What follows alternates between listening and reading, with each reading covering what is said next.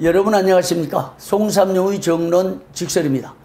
오늘은 총회 본부 개인정보 유출 사건에 대해서 여쭤보려고 모셨습니다. 목사님 반갑습니다. 반갑습니다. 예, 우리 총회 본부에 엄청난 사고가 났습니다. 그렇죠. 예. 참 안타깝고 한편으로 부끄러운 일이죠. 예. 총회 본부가 틀린 겁니다. 부끄러운 것보다는 걱정이 많이 되는 사건입니다. 예. 지금 기자회견을 통해서 알려졌는데요. 그렇죠.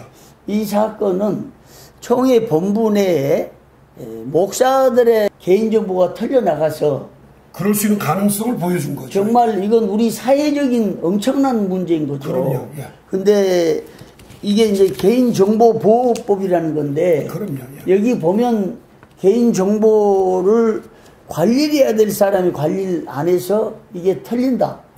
그래서 이건 굉장히 큰 범죄로 보고 있어요. 그럼요. 이런 어마어마한 사태가 벌어졌는데 총회에서 지금 침묵하고 모른 체하고 우리는 모른다라고 또 사건의 진상도 못 파악하겠다고 했단 말이에요. 그러니까 이거에 대해서 한번 오늘 들어보겠습니다. 예. 8월 11일 날 중앙노회장 김용재 목사가 기자회견을 통해서 폭로한 내용입니다. 신문에 다 보도가 됐는데 그 내용의 내막인 즉슨 중요한 게 2022년 12월 30일 연말을 기서 총회 직원들은 휴무일이었습니다. 그 휴무일에 사무실이 열렸다고 하는 것. 그 다음에 두 번째, 컴퓨터를 열고 아이디어 패스워드를 입력을 해서 개인정보를 뽑았다고 하는 것. 이게 굉장히 큰 문제거든요. 총회가 털려버린 거잖아요. 그럼요. 일반 기업들이 개인정보가 털리게 되면 그 법인의 대표이사부터 모든 임직원들은 사죄를 하고 배상을 다 하고 거기에 대한 책임을 지는데 우리 총회는 지금 이 기자회견이 된 지 한 달이 넘어도 침묵만 일관하고 있습니다. 조사해봤더니 우리 잘 모르겠다. 그리고 넘어갔는데요. 그래서 불가능한 이유가 뭐냐면 언론에 보도가 됐는데 이 범죄자하고 총회가 내통하고 있지 않나 의혹이 드는 거예요. 자, 한번 여기서 왜 이 사건이 생겼을까를 생각해 보면 아주 그 포커스를 맞출 수가 있습니다. 첫 번째는 총회의 그 용역을 맡은 회사, 그 회사의 직원들이 사무실에 키를 갖고 있기 때문에 그들이 열어주지 않는 한은 못 엽니다. 일단 용역 업체가 의심의 1번 선상에 서 있는 겁니다. 근데 그걸 임원들이 조사할 수 있잖아요. 당연히요. 근데 조사 못 한다고. 그게 문제라는 거죠. 그 다음에 두 번째, 전체 휴무일날 총회 직원은 단 한 명도 없었습니다. 그러면 거기 들어가서 컴퓨터를 만질 수 있는 사람은 그 시간에 있었던 사람인데 리모델링 공사 관계자입니다. 그렇죠? 왜? 그 사람들과 용역 업체 외에는 아무도 없었으니까. 둘밖에 없는 거예요. 근데 리모델링 그 관련자 의혹을 했잖아요. 자, 리모델링을 맡은 그 관계자가 이 소송에 개입이 돼 있죠. 소송에 붙었는데 그 소송 원고로서 그러니까요. 이 개인정보 이모 목사의 면직받은 개인정보를 법원을 냈습니다. 그러니까 범인이 이미 지목이 됐잖아요. 근데 이것도 모른다는 거예요. 임원들이. 그러니까 내통이 된 것 같다는 생각이 드는데요. 그 다음에 또 한 가지는 그 개인정보를 빼내기 위해서는 아이디와 패스워드가 입력이 돼야 되는데 그 기자회견 할 때 보면 아이디어 패스워드는 포스트잇으로 가렸어요. 노란 걸로? 근데 그 밑에 보면 이거를 뽑아낸 날짜가 시간이 그대로 유출이 돼버린 거예요. 깨알같이. 그러니까 이게 그 선수가 아니라 그냥 누가 지시에 의해서 급하게 해놓은 일이 분명한 거지요. 자, 그런데 제일 중요한 건 그 아이디와 패스워드를 가지고 있는 사람은 제한적이거든요. 본부 직원들. 임원과 본부 직원이에요. 임원도 갖고 있을까요? 임원도 갖고 있다는 말을 들었어요. 자, 그러면 이거 세 개가 다 조사가 가능한 거거든요. 근데 임원들 왜 못한다고 그러냐고. 자, 보세요. 총회 용역관리업체야. 하도급업자야. 을이야. 을에게 엄판마디만 하면 이거 불 거야. 그리고 자, 이 정보 개인 정보를 그 몰래 훔쳐가지고 탈취해가지고 법원에 낸 그 지목이 됐어요. 드러났어요. 근데 총회 임원들이 왜 그 사람을 말 한마디 못하고 있냐 이 말이죠. 이거죠. 만약에 우리 집에 도둑이 들었어요. 그러면 그 도둑이 들었으면 바로 어떻게 합니까? 우리가 신고해요, 경찰에. 자, 이게 조사를 해도 모르겠다. 저는 8월 10일 날 기자회견을 했으면 12일 날 총회장은 즉시 대표자로 사과를 하고 형사 고발을 해서 그렇죠. 범인을 찾아내겠습니다라고 사죄를 했어야 마땅한데 총회장은 지금까지 침묵하거든요. 그러면 용역관리업체 김모 장로 이번에는 공사관계 대표자 이모 장로 다 이거 가까운 사람들이거든요. 여기에 총회 아이디를 가지고 있는 제공한 사람 거기에다가 임원 중에 그런 거 아니에요? 그러니까 그 누군지 모르지만 의혹이 있다 이 말이죠. 그렇죠. 왜냐면 그게 없이는 용역업체나 리모델링 현장 관계자가 아이디어 패스코드를 가질 수가 없거든요. 자, 그러면 리모델링 관련한 이모 장로, 용역업체 관련한 김모 장로, 총회 본부에 관련된 임원에 관련된 모 장로.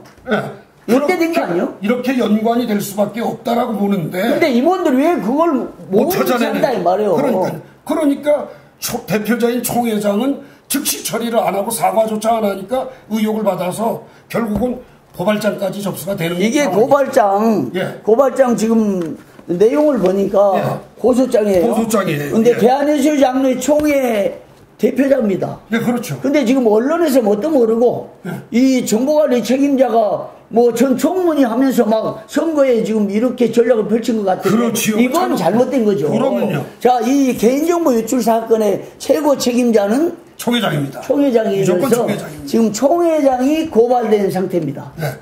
근데 이럼에도 불구하고 총회 임원회는 전혀 대처를 안 해요. 대처 안 하고 대응이 없어. 꼭 마치 이 정보 유출 범죄자하고 내통한 듯한 그래서 지금 총회가 몇몇 장로들에 의해서 장악되고 카르텔이 형성되죠. 카르텔이 형성되고 옛날 H사단이 총회를 장악한 것처럼 이제는 신장로 H사단이 출현했다.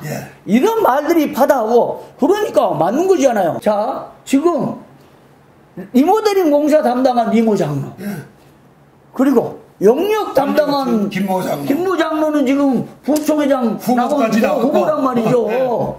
그런데 또 아까 우리 방송했던 다른 뭐 부총회장 후보는 아웃돼버리고 그렇죠. 1,000만 원 뭐 사건에 묶여가지고 그 다음에 본분의 총회 임원에서 상당한 의혹과 지목을 받고 있는 같은 멤버라 이 말이죠. 멤버. 그렇죠. 뭐 동지라면서요. 무슨 뭐 모임이라 그러는데 여기에 왜 임원들이 막 무서워서 떠는 것처럼 우리는 조사 못하겠다. 그러니까 뭔가 약점이 잡혀가지고 그냥 묵인하고 가는 듯한 인상을 지울 수가 없어요. 약점이 아닙니다. 정말 더 큰 뭔가 카르텔이 형성돼 있다 이미. 그래서 총회가 이러면 안 되겠다 이 말이야. 개인 정보가 지금 유출돼 가지고 이런 반인데 또 다른 범죄가 일어날 수 있잖아요. 당연히요. 근데 이것은 총회가 대책 세우고 성명서 내고 사과하고 조사하고 사법에 고소하고 그럼요. 해야 되는데 그걸 못하고 있는 게 문제죠. 못하겠다고 임원회 결의하고 기독신문에 보도되고 이건 불법 카르텔 형성에 총회 임원회가 그냥 쩔쩔 따라가고 무서워서 벌벌 떨고 내통의 의혹이 있다 이 말이죠. 맞습니다. 빨리 이거 108회 총회에서 헌의안 건을 처리해서 조사 처리도 해야 돼요. 맞아요. 108회 총회 헌의안이 들어갔으니까 사법에서 이 고발장에 의해서 조사하고. 그럼요. 이거 간단해요. 왜 간단하냐? 사이버 수사대에 고발장 하나만 들어가면 이거 다 금방 나와요. 근데 법원에 들어가기 때문에 누가 낸지가 금방 알려지잖아요. 그러면요. 그 변호사가 얘기만 하면 끝나는 거예요. 누구한테 받았다는 거. 근데 이게 참나 임원들이 이해가 안 되는 거죠. 총회를 위해서 임원이 되는 건지. 그러니까 이번에 108회 총회 임원 될 분들 명심해야 됩니다. 그럼요. 왜 이렇게 총회, 뭐 총회장을 조사하고 선관위원장, 선관위원회 심의분과 위원장, 뭐 금품, 뇌물 막 흔히 들어간 이유는 뭐냐? 사람을 잡아서 징계하고 처벌을 하는 게 아니고 그렇죠. 우리 108회 총회장 임원들부터 경각심을 가지고 우리가 잘못하면 나중에 끝나고 조사철이 나오는구나. 맞습니다. 이래가지고 지금 조사철이 현안이 총회 현장에서 일으켜질 게 아니에요. 그럼요. 온 총회가 뒤집어질 것 같아, 내가 볼 때는. 왜? 엄청난 불법 비리들이 막 쏟아져 나오니까. 그럼요. 야. 근데 재임할 때 잘하죠. 예? 참 안타까워요. 있을 때 잘하지. 그 자리만 가면 왜 이렇게 무너져? 그러니까 이번 108회 총회는 소위 정화총회가 돼야 됩니다. 네. 안 그래요? 그럼요. 정화총회 돼가지고 개혁 좀 됐으면 좋겠습니다. 예. 네. 그래서 총회가 마음 놓고 활동하고 예? 이런 108회 총회장이 되시는 분이 예.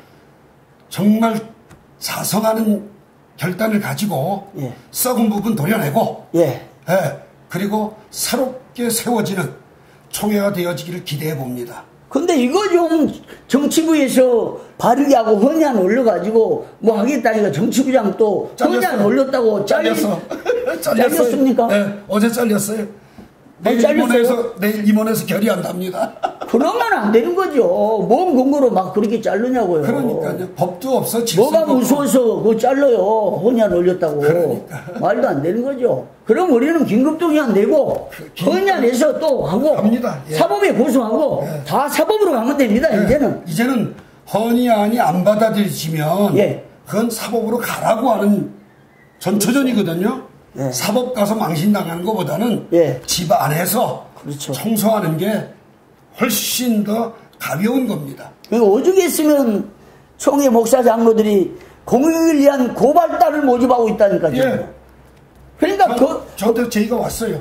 아니 다른 분도 예. 그 얘기를 계속 하더라고요. 예. 그 고발하겠다. 예. 그래서 총회를 바로 세워야 개교회가 살고 목사들이 행복하고 이 총회가 발전돼야 정말 이 하나님께 영광을 돌릴 수 있는 거 아니에요. 맞습니다. 근데 이렇게 헌안 하나 올렸다고 정치부장 잘라내고 예? 자기들끼리 1,000만 원 왔다 갔다. 지금 1,000만 원이 뭔 껌값입니까? 예? 말도 안 되는 거잖아요. 이거 분명히 연구 제명해야 됩니다. 아니 연구 퇴출은 제명되면 자동 퇴출입니다. 예, 연구 퇴출해서 단 한 사람이라도 책임을 지고 그럼요. 연구 퇴출. 네. 예. 하여튼 마치겠습니다. 목사님 마칩시다. 감사합니다.